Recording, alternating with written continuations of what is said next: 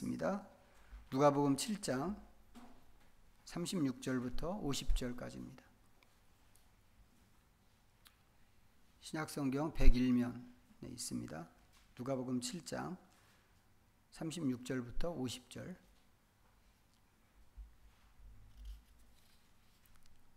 찾으셨으면 오늘도 주신 말씀을 함께 읽겠습니다.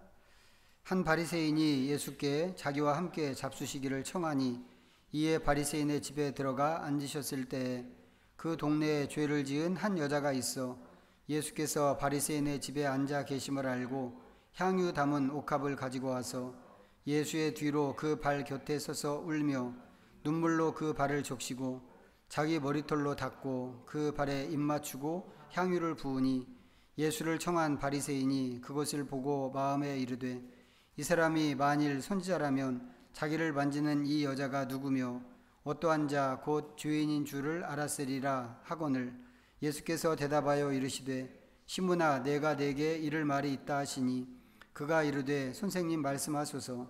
이르시되 빚 주는 사람에게 빚진 자가 둘이 있어 하나는 500데나리온을 줬고 하나는 50데나리온을 줬는데 갚을 것이 없으므로 둘 다 탕감하여 주었으니 둘 중에 누가 그를 더 사랑하겠느냐. 시몬이 대답하여 이르되 내 생각에는 많이 탕감함을 받은 자니이다.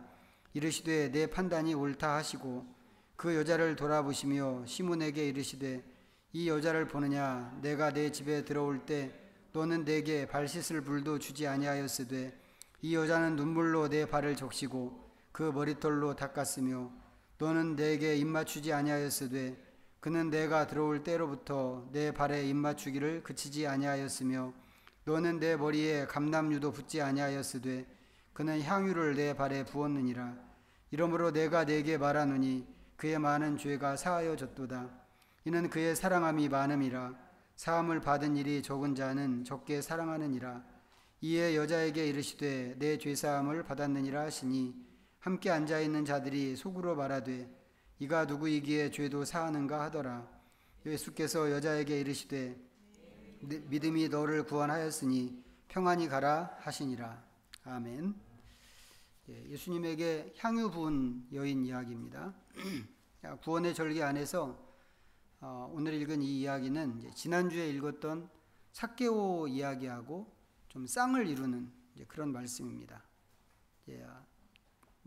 어떻게 보면 전혀 다르게 보이는 그런 말씀이고 또 스토리도 그런데 그 둘이 어떻게 쌍인가 좀 이것을 말씀드릴 건데 우선 오늘 읽은 이 말씀에 나오는 이 여자가 누군가 하는 것을 좀 먼저 찾아보고 가면 좋겠습니다. 자, 이 여자는 우리 성경에 또 이제 제목이 붙어 있는 게 예수님에게 향유를 부은 여자입니다. 그런데 성경을 보면 예수님에게 향유를 부은 여자가 이 여자만 있는 게 아니고 사복음서에 그 향유 부은 여자들이 다 나옵니다.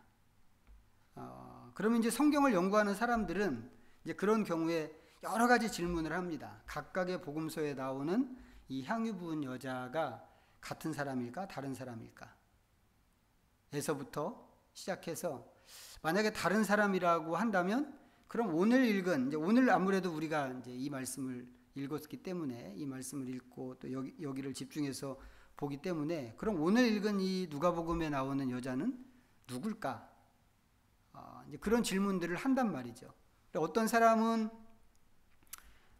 이 누가복음에 나오는 이 여자가 막달라 마리아라고 하기도 하고 어떤 사람은 아니라고 하기도 하고 의견이 되게 분분한데 학자들이 이런 질문으로 씨름을 하는 이유는 뭐냐면 이 사람을 누구라고 하느냐에 따라서 오늘 읽은 이 전체 본문이 주는 이제 의미나 방향이 달라지기 때문에 그렇습니다.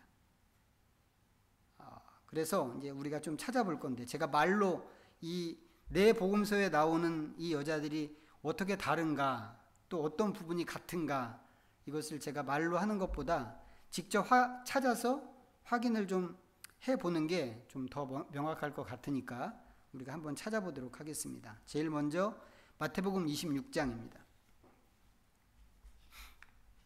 마태복음 26장 45페이지에 있습니다. 6절부터 13절까지 자, 읽어봅니다. 26장 6절부터 13절 시작. 예수께서 베다니 나병 환자 시몬의 집에 계실 때에 한 여자가 매우 귀한 향유 한 옥합을 가지고 나와서 식사하시는 예수의 머리에 부으니 제자들이 보고 분기하여 이르되 무슨 의도로 이것을 허비하느냐, 이것을 비싼 값에 팔아 가난한 자들에게 줄 수 있었겠도다 하거늘 예수께서 아시고 그들에게 이르시되 너희가 어찌하여 이 여자를 괴롭게 하느냐, 그가 내게 좋은 일을 하였느니라. 가난한 자들은 항상 너희와 함께 있거니와 나는 항상 함께 있지 아니하리라. 이 여자가 내 몸에 이 향유를 부은 것은 내 장례를 위하여 함이니라. 내가 진실로 너희에게 이르노니 온 천하에 어디서든지 이 복음이 전파되는 곳에서는 이 여자가 행한 일도 말하여 그를 기억하리라 하시니라. 아멘. 자, 마가복음으로 가보겠습니다. 14장. 자, 뭐 따로 표시해 놓을 필요는 없는데 기억은 해놓고 있으면 좋겠어요. 뭐 어떤 내용을 읽었는지. 자, 마가복음 14장입니다. 79페이지 1절부터 9절까지. 자, 읽어보겠습니다. 3절부터 9절까지 시작. 예수께서 베다니 나병 환자 시몬의 집에서 식사하실 때에 한 여자가 매우 값진 향유 곧 순전한 나드 한 옥합을 가지고 와서 그 옥합을 깨뜨려 예수의 머리에 부으니 어떤 사람들이 화를 내어 서로 말하되 어찌하여 이 향유를 허비하는가, 이 향유를 300데나리온 이상에 팔아 가난한 자들에게 줄 수 있었겠도다 하며 그 여자를 책망하는지라. 예수께서 이르시되 가만두라, 너희가 어찌하여 그를 괴롭게 하느냐, 그가 내게 좋은 일을 하였느니라. 가난한 자들은 항상 너희와 함께 있으니 아무 때라도 원하는 대로 도울 수 있거니와 나는 너희와 항상 함께 있지 아니하리라. 그는 힘을 다하여 내 몸에 향유를 부어 내 장례를 미리 준비하였느니라.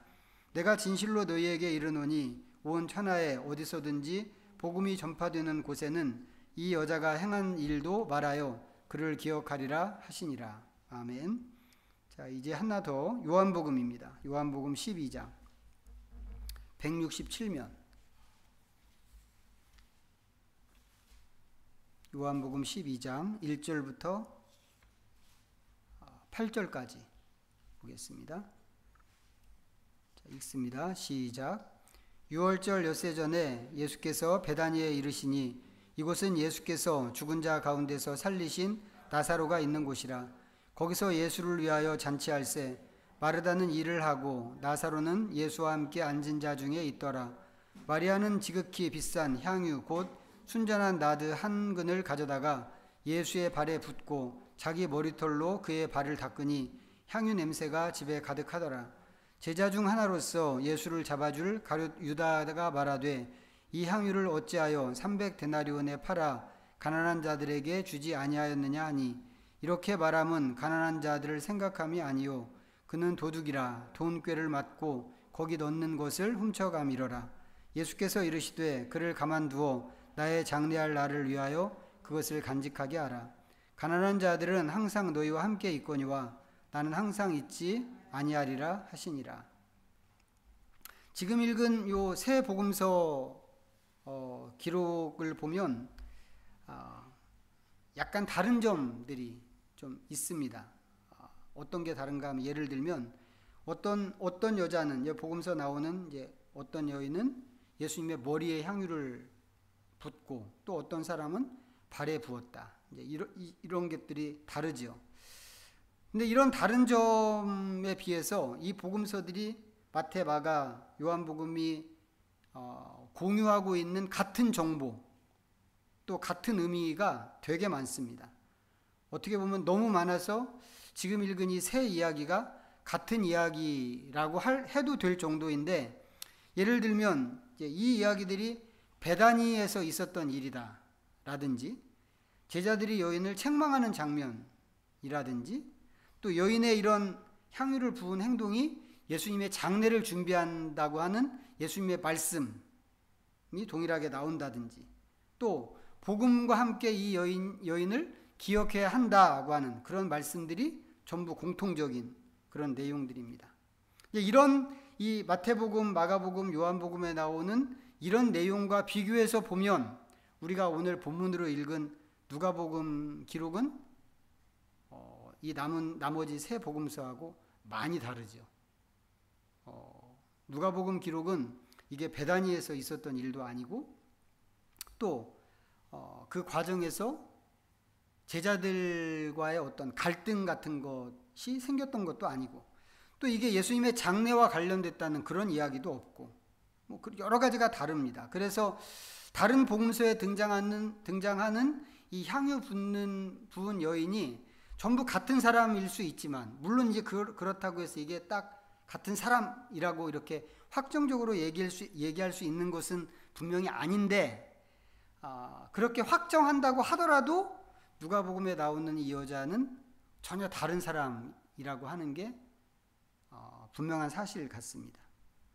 자, 그거 한 가지 우리가 좀 생각하면 좋겠고, 그렇다면 이 여자는 다시 누가복음으로 돌아가면 누가복음에 나오는 이 여자는 그럼 막달라 마리아일까?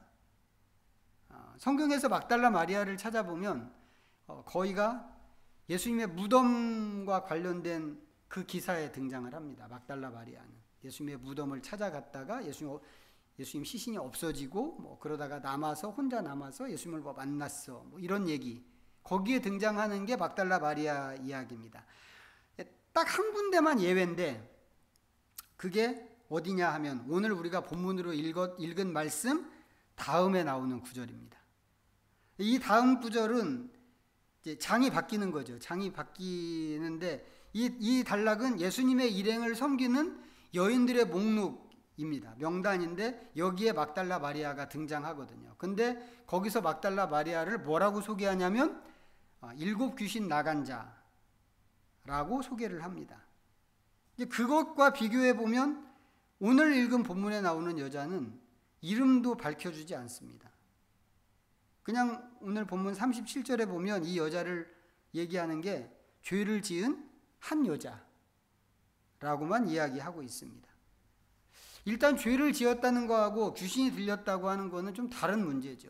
귀신 들린 게 죄를 지은 것은 아니라고 생각이 됩니다. 그래서 저는 이건 뭐 제 개인적인 생각입니다만 저는 이 향유 부은 여자가 막달라 마리아는 아닐 것 같다는 생각이 좀 더 강하고, 만약에 이 향유 부은 여자가 막달라 마리아라고 한다면 누가가 이 두 이야기를 이렇게 붙여서 연이어서 기록을 하고 있는데 앞에서는 이름도 안 밝히고 그냥 한 여자라고 이렇게 얘기하고 바로 이어서 막달라 마리아 뭐 이렇게 이야기했을까 싶은 생각도 좀 저는 좀 듭니다.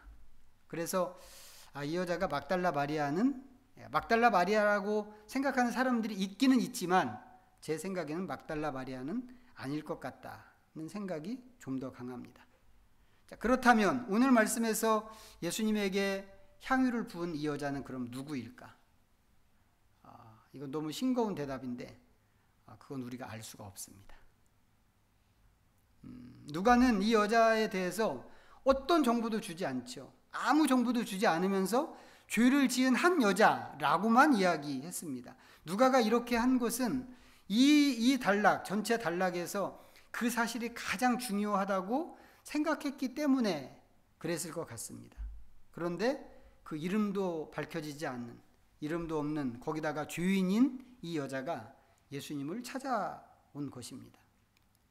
예수님께서 시몬이라고 하는 바리새인에게 식사 초대를 받아서 그 집에 가셨습니다.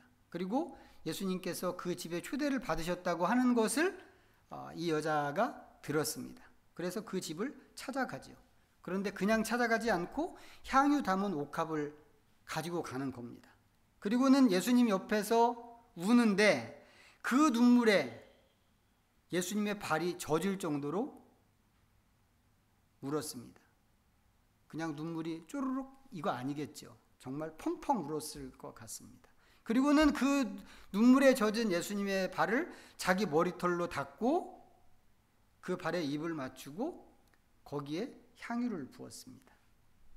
여자가 보여준 이런 행동을 생각하면 우리는 사실 궁금한 게 너무 많죠. 너무 많은데 우선 왜 이렇게 울었을까? 이게 궁금합니다. 이 여자는 생각해 보세요. 이 여자는 예수님 옆에 와서 왜 이렇게 심하게 눈물을 흘리고 울었을까요? 말씀드린 것처럼 이 본문에서 여자에 대해서 알려주는 내용은 죄인이라는 것밖에 없습니다. 바리새인 시므온은 그 누구보다도 그 사실을 염두에 두고 이 여자를 바라보고 있죠. 저 여자 죄인인데? 이렇게. 그리고 예수님께서도 47절에 보면 그의 많은 죄가 사하여졌도다 라고 하시면서 이 사람이 죄인인 것을 말씀을 하셨습니다. 그렇다면 이 여자는 왜 울었을까? 자기 죄 때문에 그렇게 울었을까요? 아니면 자기 죄가 용서받았다고 하는 것을 알고 그래서 감격해서 울었을까요? 저는 이 여자가 눈물에 젖은 그 예수님의 발을 자기 머리털로 닦았다고 하는 데서 좀 힌트를 얻을 수 있겠다고 생각하는데, 이 여자가 자기 머리털로 예수님의 발을 닦은 것은 수건을 준비하지 않아서 그렇습니다. 수건이 준비되지 않은 거죠. 그럼 이렇게 심하게 울 거면 수건을 준비해 갖고 와야 되죠. 근데 여자가 왜 수건을 준비해 오지 않았을까요? 이렇게 막 그 예수님 발 주변이 다 한강수가 될 정도로 이렇게 울 거면 이게 벌써부터 막 마음이 복받쳐서 그렇게 울었을 건데, 그렇게 복받치는 마음이 있었다면 당연히 수건을 준비해야죠. 우리가 막 하나님 앞에 어떤 때 막 이렇게 기도하러 나갈 때, 기도하러 나가서 막 계속해서 1시간 내내 우는 그런 경우도 있잖아요. 근데 우리는 이제 그럴 것 같다 그러면 미리 하다못해 각 티슈라도 하나 준비해 갖고 가지요. 그리고 울면서 닦으면서 그렇게 기도를 하는 게 우리 경험인데, 이 여자는 이렇게 막 복받쳐서 울 정도면 수건을 미리 준비를 했어야지. 왜 준비를 안 했을까? 그것은 이 사람이 예수님 발을 적실 정도로 이렇게 울 생각을 하고 온 게 아니기 때문에 그런 거죠. 그렇게 생각하면 이 여자는 자기 죄나 아니면 죄 용서함 때문에 눈물을 흘린 것이 절대로 아닙니다. 만약에 그런 것으로 우는 거라면 집을 나올 때부터 내 죄가 용서받았어, 내 죄를 용서하시는 분이 저기 오셨어, 이런 마음을 갖고 나왔을 것 같고, 자기 감정이 그 정도였으면 당연히 수건을 준비해 갖고 오는 게 맞을 것 같다고 하는 것입니다. 그러니까 이 사람은 예수님에게 간다고 하면서 나올 때 자기 죄나 죄 용서에 대한 확신 내지는 감사 이런 것을 위해서 온 게 아닙니다. 그러면 이 여자는 예수님에게 왜 왔을까? 그리고 이 여자는 예수님하고 어떻게 아는 사이일까? 오늘 말씀에서 여자는 죄인입니다. 그런데 어떤 죄를 지었는지는 알려주는 정보가 없죠. 다만 한 가지 분명한 것은 이 사람이 죄인이라고 하는 것을 온 동네가 다 알고 있다고 하는 것입니다. 여자가 예수님에게 와서 눈물로 발을 적시고 머리털로 그 발을 닦고 할 때 집주인인 바리새인 시몬이 즉시 생각한 것이, 이 여자 죄인인데 왜 예수님이 가만히 계시지?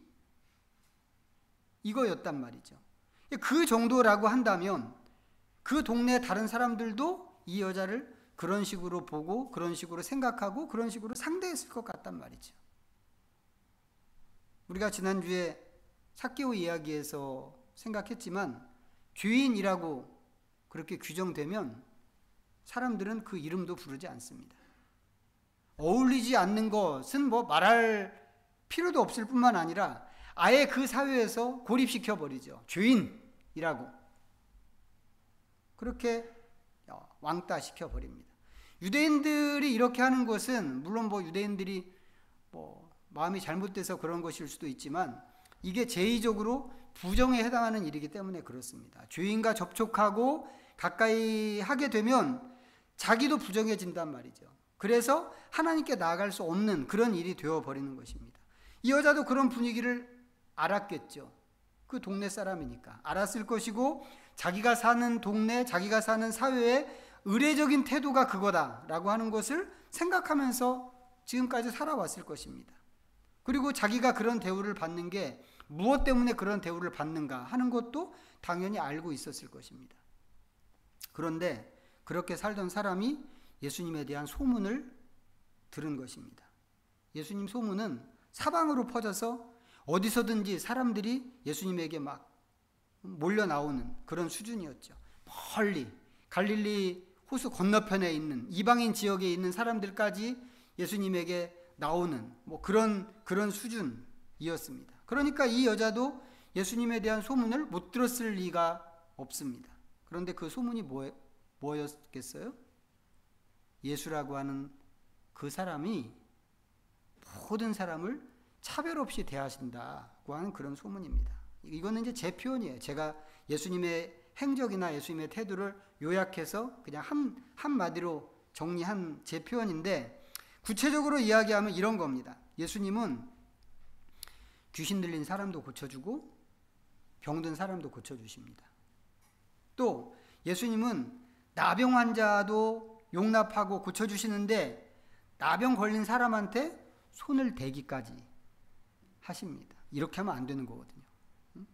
이거 부정해지는 거기 때문에. 또 예수님은 당신에게 죄를 사하는 권세가 있다고 아주 사람들 앞에 대놓고 주장을 하시기도 하셨습니다. 예수님은 사회적인 암처럼 취급받는 매국노 죄인까지도 제자로 받아주시는 그런 분이십니다. 세리마태 같은 사람 말이죠. 예수님은 가난한 사람, 굶주리는 사람, 우는 사람을 늘 위로하고 격려해 주십니다. 예수님은 안식일에도 병든 사람을 고쳐주는 게 좋은 일이라고 그렇게 주장하시는 분입니다. 또 예수님은 이방인도 받아들이시는데, 심지어는 침략자인 로마 군인, 백부장 같은 사람도 용납해 주시는 분입니다. 또 예수님은 사람들이 예수님을 세리와 죄인의 친구라고 이렇게 이야기할 정도로 사람을 대하는 데 있어서 차별이 없습니다. 그리고 예수님은 당신을 반대하고 만나면 늘 시비 걸고 시험하려고 하고 넘어뜨리려고 하는 바리새인들하고조차도 언제든지 같이 어울리고 식사를 하시는 그런 분이십니다. 지금 말씀드린 이 내용이 누가복음 4장부터 시작해서 오늘 읽은 본문까지 요 사이에서 볼 수 있는 예수님의 모습입니다. 그런데 성경을 읽다 보면 예수님의 이런 소문이 정말 걷잡을 수 없을 정도로 빠르게 퍼져나가는 것을 우리가 알 수 있거든요. 당연히 죄인인 여자도 그런 소문을 들었을 게 분명하다고 하는 것입니다. 그렇다면 그런 예수님에 대한 소문을 들었을 때 이 사람은 어떤 느낌이었을까? 상상할 수 있을까요? 이 사람은 어떤 느낌이었을까? 이런 예를 들어도 괜찮은지 모르겠는데, 며칠 전에 엊그저께였어요. 엊그저께 이재명 대통령이 성남에 있는 현대시장이라는 곳을 방문했습니다. 시장에서 장사하는 상인들은 뭐 말할 것도 없고, 장보러 온 시민들까지 막 엄청나게 좋아하고 대통령을 환영을 했습니다. 거기서 대통령이 한 일이 뭔가 특별한 거 없습니다. 잘 지냈어요? 이거예요. 잘 지냈어요? 오랜만이에요? 장사 잘 돼요? 그 정도 묻고 악수하고 사진 찍자고 하면 사진 찍고, 이게 전부입니다. 별거 아니죠. 그런데 사람들이 막 난리도 아니었어요. 물개 박수 치고 사진 찍자고 하고, 손이라도 한번 잡아보려고 하고, 좀 멀리 있는 사람들은 뭐 대통령이 좀 쳐다봐 주기를 바라면서 막 소리쳐서 부르고, 어떤 분은 성남시를 잊어버린 줄 알았는데 이렇게 찾아줘서 고맙다고 하고, 대통령 돼서 오셨네요 라고 하면서 좋아하고 뭐 그랬습니다. 저는 이제 그것을 영상으로 봤는데, 이게 따로 설명이 붙지 않은 그냥 한 10분짜리 영상이었습니다. 근데 거기까지는 다 좋습니다. 그리고 이해가 되는 일이기도 합니다. 왜냐하면 이재명 대통령한테 성남시는 마음의 고향 같은 곳이니까 뭐 충분히 이해하고도 남죠. 대통령이 거기를 방문한 것도 이해가 되고 그 동네 사람들이 그렇게 막 환호하고 하는 것도 이해가 되는데, 제가 본 것은 제가 본 그 영상 밑에 붙은 댓글입니다. 어떤 분이 댓글을 이렇게 썼습니다. 나는 왜 이 양반만 보면 눈물이 날까요?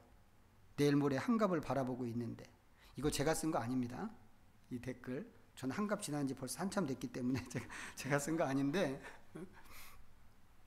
근데 이제 어떤 분이 이제 그렇게 댓글을 썼어요. 근데 그 댓글 밑에 한 20여 개의 답글이 붙었는데 이런 겁니다. 저는 40대인데 저도 눈물이 나요. 펑펑. 저도 눈물이 나요. 44살입니다. 저는 50대인데 다들 같은 마음입니다. 찡하네요. 다른 답글들도 다 그런 식이었습니다. 그 중에 어떤 분은 자기는 대통령보다 더 먹었다고 그러면서 자기도 눈물이 난다고 그랬습니다. 저는 문재인 대통령 때 좀 그런 적이 있거든요. 저는 문재인 지지자가 아닙니다. 그리고 대통령 선거할 때 문재인 후보한테 저는 투표하지도 않았습니다. 그런데 이제 문재인 대통령이 이제 대통령 취임하고 처음에 좀 잘한 게 있죠. 5.18 기념식에 가서 그 유가족들 막 안아주고 좀 억울하게 가슴앓이 한 사람들을 위로해주고 뭐 이제 이렇게 격려를 해줬는데, 저도 그런 장면을 보면서 뭐 가슴이 찡하고 눈물도 나고 저도 그랬습니다. 저는 5.18 유족도 아닌데. 제가 문재인 대통령한테 표도 주지 않았는데 그분이 그렇게 하는 것에 대해서 되게 고맙게 생각이 됐어요. 참 고맙다. 왜 그랬을까요? 또 이재명 대통령이 현대시장 방문한 그 영상을 본 사람들은 왜 그랬을까? 사실 그 영상은 아무것도 아닌 영상입니다. 그냥 영상이죠. 그리고 대통령이 거기를 방문했다고 하는 게 무슨 특별한 일도 아닙니다. 그냥 시장 한번 방문한 거죠. 대통령이면 누구나 다 하는 일입니다. 또 대통령이 보여준 행동들, 상인들하고 인사하고 뭐 포옹하고 그렇게 했지만 영상을 보고 거기 댓글 단 사람들한테는 자기하고는 상관도 없는 일이란 말이죠. 뭐 대통령이 내 손을 잡아준 것도 아니고 나를 안아준 것도 아닌데. 그런데 왜 사람들은 그 영상을 보고 눈물을 흘렸을까? 감정이입이죠. 그리고 영상 안에 있는 사람들하고 자기를 동일시 하는 겁니다. 미국 정부가 조지아주에 파견된 우리 노동자들을 잡아다가 구금했습니다. 그 장면 우리가 다 봤죠. 수갑 채우고 쇠고랑 허리와 발목에 쇠고랑 채우고 노예처럼 그렇게 끌고 가는 거 다 봤는데, 그 사건 때문에 사람들이 화가 많이 났습니다. 어떤 사람은 미국 자동차를 주문해 놓고 이제 받을 날이 얼마 안 남았는데 취소했다고 그래요. 근데 그런 사람이 한둘이 아닙니다. 그 사람들은 또 왜 그럴까? 자기가 당한 일도 아닌데. 역시 감정이입되고 당한 사람들하고 자기를 동일시하는 거죠. 저는 본문에 나오는 이 여인도 그러지 않았을까 생각을 합니다. 이 여자가 이전에 예수님을 봤거나 아니면 개인적으로 예수님을 만난 사람처럼 보이지는 않습니다. 그렇지만 예수님에 대한 전반적인 소문을 들었을 때 예수님은 다르구나, 이분은 다르구나 이런 생각을 했을 것 같고, 그게 예수님을 좋게 생각하는 마음으로 자리를 잡게 했을 것 같습니다. 세상은 앞에 말씀드렸던 그런 사람들하고 어울리려고 하지 않습니다. 가난한 사람, 굶주리는 사람, 못 배운 사람, 또 문둥병자, 세리, 창기 이런 사람하고 어울리려고 하지 않죠. 오히려 그런 사람들을 보면 벌레 취급하고 쟤는 뭐야? 쟤는 죄인이야. 이런 식으로 낙인 찍는 것을 더 좋아하지, 예수님처럼 굳이 나병 환자한테 손을 갖다 대고 말씀만 해도 다 되는 일인데 손을 댈 일이 필요가 뭐가 있겠어요. 근데 예수님 그렇게 하셨단 말이죠. 예수님처럼 그렇게 손대고 죄인하고 어울리고 세상은 그렇게 하지 않는단 말이죠. 그런데 예수님께서 이 사람 저 사람 가리지 않고 어울리시고, 도움을 구하는 사람은 절대 거절하지 않고 기꺼이 도와주시고, 굳이 손 대지 않아도 되는 경우에도 일부러 손을 잡아주시는 그런 분이란 말이죠. 그 사회에서 죄인으로 사는 이 여인으로서는 그런 예수님이 고맙게 생각될 수 있었던 거죠. 제가 문재인 대통령 하는 그런 행동에 고맙게 생각했던 것처럼 이 여자도 고맙게 생각했을 것 같고, 자기는 본 적도 없지만 소문을 들을 때마다 자기가 그렇게 대우를 받는 것 같은 그런 느낌을 가졌을 것 같습니다. 그런데 마침 그분이 자기가 사는 마을에 오셨고 바리새인 시몬의 집에 식사하기로 하셨다고 하는 소식을 듣게 된 거죠. 여인은 이 예수님에게 자기가 가진 소중한 좋은 것, 소중한 향유를 드려야겠다고 생각하고 시몬의 집에 갔습니다. 사실 죄인으로 낙인 찍힌 여자는 바리새인 집에 들어가는 것 자체가 어려운 일입니다. 그렇지만 이 여자는 예수님에게 그 고마운 마음, 그것을 표시하고 싶었고, 과연 이 바리새인의 집 문턱을 통과할 수 있을지 확실은 알 수 없지만 그래도 갔다 이 말이죠. 그런데 예수님을 실제로 만났을 때 눈물이 왈칵 쏟아진 거죠. 여자가 왜 이렇게 복받쳐서 그 자리에서 그렇게 복받쳐서 울었는가? 우리 궁금할 수 있습니다만 또 생각해 보면 이런 행동이 완전히 낯설고 뭐 이상한 행동은 또 아닙니다. 왜 그러게요? 하나님 앞에 나올 때 나도 모르게 눈물이 쏟아지는 그런 사람이 지금도 얼마든지 있기 때문에 그렇습니다.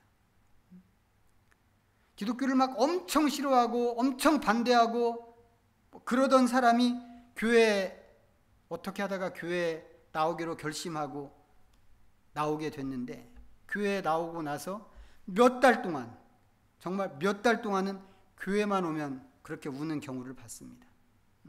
물어보면 자기도 왜 우는지 모르겠대요. 예배당만 들어오면 그렇게 눈물이 나고 막 휴지를 막 닥다 긁어서 닦아야 될 만큼, 다 젖을 만큼 그렇게 눈물이 나고, 찬송을 부를 때도 그렇게 눈물이 나고, 눈물이 나는 걸 어떻게 하냐고 오히려 반문하는 그런 사람도 있습니다. 저는 이 여자도 그런 것일 수 있고 또 실제로 그런 거라고 생각을 합니다. 시작하면서 말씀을 드렸지만 오늘 말씀, 이 이야기는 삭개오 이야기하고 쌍을 이루는 말씀입니다. 어떻게 보면 삭개오 이야기의 여성 버전이라고 할 수도 있죠. 그런 점에서 삭개오 이야기도 그렇고 오늘 이 이야기도 그런데, 이 말씀들이 말하고자 하는 핵심은 무엇인가? 그것은 죄인에게도 하나님의 나라가 온다고 하는 것입니다. 죄인들도 하나님의 나라에 초대되는 것이죠. 그게 하나님의 나라인지 그거 모를 수 있습니다. 무슨 이렇게 카드에다가 하나님의 나라 초대장 이렇게 붙여놓고 우편으로 그런 걸 받는 게 아니기 때문에 그런 건지 어떤 건지 전혀 모를 수도 있습니다만, 이 사람들은 하나님의 나라에 초대가 된 것이죠. 처음에 세례 요한이 선포한 것처럼 회개로 들어가는 하나님의 나라이기 때문에 이 사람들에게도 그런 기회가 주어지는 것입니다. 예수님께서는 오늘 말씀에서 이 여자의 행동을 사랑이라고 그러셨습니다. 여자는 정말 사랑을 갖고 사랑하는 마음을 갖고 그랬을까요? 나는 예수님을 너무 사랑해. 이 남자야말로 내가 진짜 영원히 사랑해야 되는 그런 사람이야. 이런 마음을 갖고 예수님에게 그렇게 했겠어요? 그렇지 않을 거란 말이죠. 여자는 자기가 하는 행동이 사랑이라고 이렇게 거창한 제목을 붙여서 행동하는 그런 것까지 가지 않았을 거라고 생각합니다. 그렇지만 예수님께서 그것을, 여자의 그런 행동을 사랑이라고 받으신 거죠. 어깨를 탁탁 두들겨 주시면서 그게 사랑이야, 라고 말씀하시는 거죠.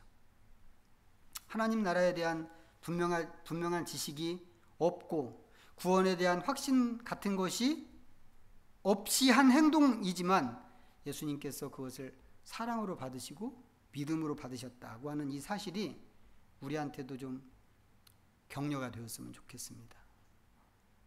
이렇게 해도 예수님께서 받아주시는구나 라고 하는 것을 생각하면서 예수님을 생각하면 그저 그냥 따뜻하고 좋고 고맙고 하는 그런 마음으로 주님 앞으로 늘 나갈 수 있는 그런 우리 믿음의 식구들, 또 우리의 그런 믿음으로 채워지는 우리의 일상이 되었으면 좋겠습니다. 기도하겠습니다.